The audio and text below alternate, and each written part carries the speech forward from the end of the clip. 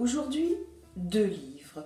De ces livres qu'on peut avoir envie de s'offrir, mais qu'on peut aussi avoir envie d'offrir. Touiller le Miseau de Florent Chafoué et Naissance de la vie de Michel Lord-Blanchet. On va commencer par Touiller le Miseau. Alors, Florent Chafoué est un auteur, dessinateur, mais aussi grand voyageur passionné du Japon où il se rend régulièrement. Il en ramène toujours des œuvres, des dessins, des bandes dessinées. Et là, il en ramène ce livre composé de planches tellement belles que je les qualifierais volontiers de tableaux, de peintures. Elle raconte le Japon d'aujourd'hui avec un art du détail, de la vie quotidienne absolument savoureux.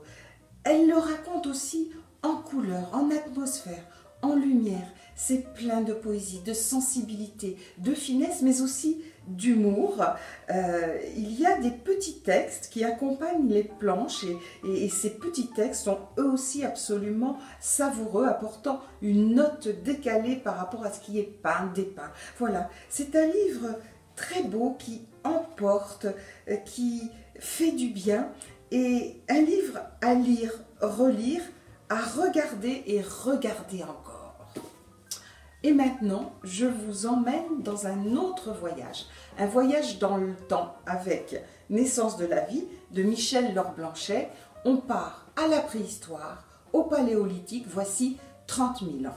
Alors, Michel Lord-Blanchet est un scientifique, un chercheur au CNRS qui a consacré sa vie à étudier les parois des grottes ornées du Quercy.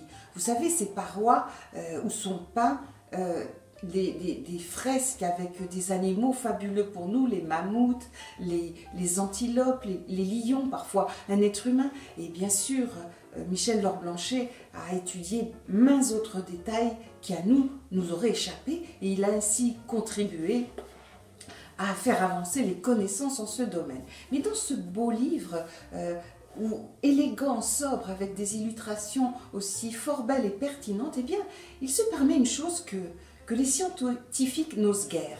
Il donne son interprétation de ce qu'il a vu là, de ce qu'il a perçu là, de ce qu'il a ressenti là. Pour lui, ces grottes étaient des sanctuaires, des temples, où se célébrait la vie, la naissance de la vie, l'origine de la vie. Il nous donne à sentir quelque chose de ce que les humains de voici 30 000 ans ont vécu là. C'est infiniment émouvant, touchant.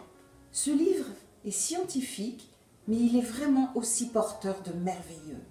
Voilà, 2 très beaux livres donc, Naissance de la vie et Touiller le Miseau.